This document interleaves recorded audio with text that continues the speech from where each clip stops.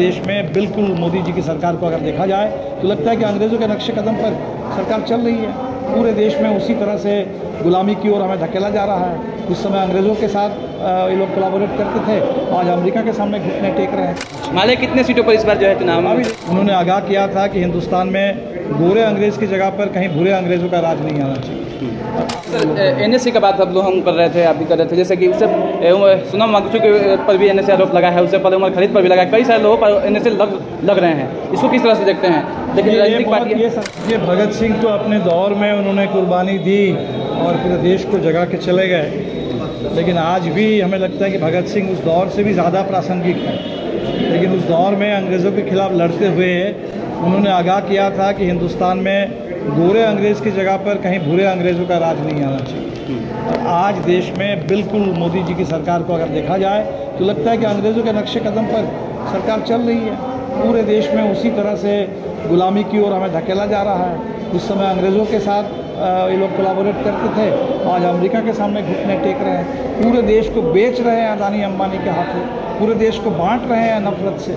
इसीलिए हमें लगता है कि भगत सिंह आज हम सबके लिए प्रेरणा स्रोत है। जो उन्होंने कहा था कि क्रांति का अधिकार ये सबका अविच्छेद्य अधिकार है और पूरे इस देश में आज़ादी, इस पर सबका हक है।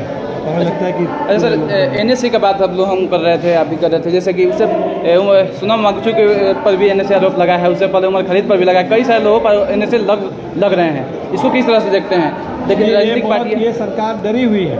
सरकार सच से डरती है, सरकार जनता से डरती है, सरकार उन तमाम कार्यकर्ताओं से डरती है जो कार्यकर्ता सच बोलने की हिम्मत रखते हैं। और इसीलिए सबसे शांतिपूर्ण ढंग से लड़ने वाले सोनम वांगचुक, उनको आज NSA में गिरफ्तार किया गया। उमर खालिद जो पूरे देश में गांधी की बात कर रहे थे, संविधान की बात कर रहे थे, उनको जेल में डाला गया। तो पूरे सरकार डरी हुई है और हमें लगता है कि जनता सरकार से नहीं डरेगी। जनता लेकिन अपने संविधान को लेकर के सच के रास्ते पर, भगत सिंह अम्बेडकर के रास्ते पर आगे बढ़े। सोनम वांगचुक के लिए आप लोग क्या करने वाले हैं आगे? हमने तो मांग की है कि तत्काल अविलंब उनको रिहा करो। सोनम वांगचुक लद्दाख के लोग जो मांग रहे हैं कि हमें लद्दाख में एक अलग राज्य चाहिए और 6ठी अनुसूची चाहिए, ये बिल्कुल वाजिब मांग है। उस मांग को लेके लद्दाख के नौजवानों से सरकार को बात करनी चाहिए और सोनम वांगचुक को तत्काल रिहा करना चाहिए। माले कितने सीटों पर इस बार जो है चुनाव में? अभी देखते हैं, चुनाव में अभी बात करें। ये सयाब चल रहा, जिस सयाब में हमारे पूरे प्रवासी मजदूर, महिलाएं, गरीब, मुस्लिम समाज के लोग, दलित, उनके नाम बड़े पैमाने पर दो भाव से काटे जा रहे हैं।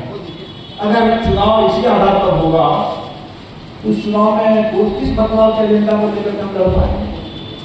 तो हमें लगता है कि ये जो हमारे सामने कुछ मुद्दे आए, बदलाव की बात हम करेंगे, बदलाव के मुद्दों पर भी बात करेंगे, लेकिन ये माहौल, ये तौर तरीका, ये चुनाव के नाम पर ये मजाक, ये वोट चोरी, ये फर्जीवाड़ा चुनाव में, इसके खिलाफ तो बिहार को बिल्कुल सजग बिहार से लोगों की यही उम्मीद है कि महाराष्ट्र में तो चुरा लिया, चुनाव की चोरी हो गई, हरियाणा में हो गई।